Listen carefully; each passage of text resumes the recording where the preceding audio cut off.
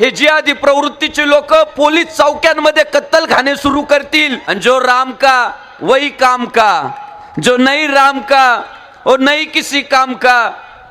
आणि मी आज जगभर ओरडत सांगतोय, बाबांनो, हा हिंदू धर्म फक्त एक धर्म नाहीये, तर ही जगाची गरज आहे। हा धर्म जर टिकला ना तरच देश टिकणार आहे।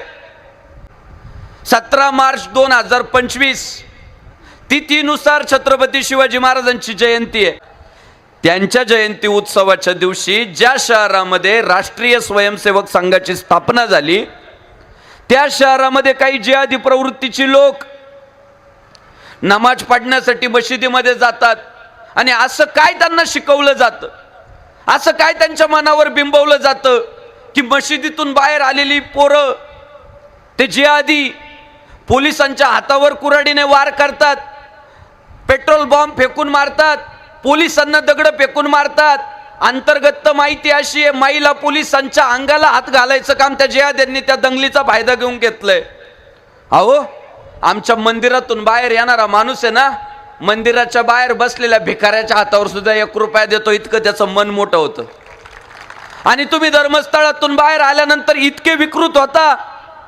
अहो, पोलीस प्रशासन सामान्य गोष्ट आहे। अहो, आज आमच्या खिशातला पैसा, आमच्या बायांच्या अंगावरचं सोनं, आमच्या पार्किंग मधल्या गाड्या, आमची शाळेत गेलेली पोरं जर सुरक्षित कोणामुळे, तर पोलीस प्रशासनामुळे आहे। सदरक्षणाय खल निग्रहणाय, सज्जनांचं रक्षण करायचं, दुर्जनांचा नायनाट करायचा, हे ब्रीद घेऊन रात्रंदिवस हे जागतात। काय तुम्हाला तुमच्या धर्मस्थळामध्ये असं काय बिंबवलं तुमच्यावर की जा पोलिसांना हाणा? मी तर पोलीस बांधवांना विनंती करतोय, बाबांनो, हिंदूंची ताकद वाढवा, तर पोलीस चौक्या शिल्लक राहणार आहे। उद्या जर इथला हिंदू कमजोर झाला, इथला हिंदू जर दुर्बळ झाला ना, हे जिहादी प्रवृत्तीचे लोक पोलीस चौक्यांमध्ये कत्तलखाने सुरू करतील। इतके विकृत येते, त्यांचा धर्म त्यांना कधी काय शिकवेल त्याचा भरोसा नाहीये।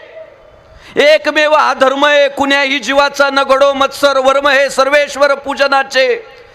माझी पोलीस प्रशासनातील माझ्या सगळ्या बांधवांना विनंती आहे, ज्या अधिकाऱ्याच्या हातावर कुऱ्हाड मारली ना, तो आपला भाऊ आहे। ज्या पोलिसांच्या डोक्यात दगड बसले ते आपले बांधव आहे। त्यांचा बदला जर आता घ्यायचा असेल ना, त्यांनी नागपूरमध्ये दगड मारले, महाराष्ट्रात जिथं जिथं गोमांसाची गाडी सापडेल ना, ते ड्रायव्हर, त्या मांसाचे मालक आणि ते गोतस्करी करणारे नागडे करून त्यांचे ढुंगणावर काट्या मारा आणि गावातून त्यांच्या धिंड काढा, तेव्हा तो बदला पूर्ण होणार आहे।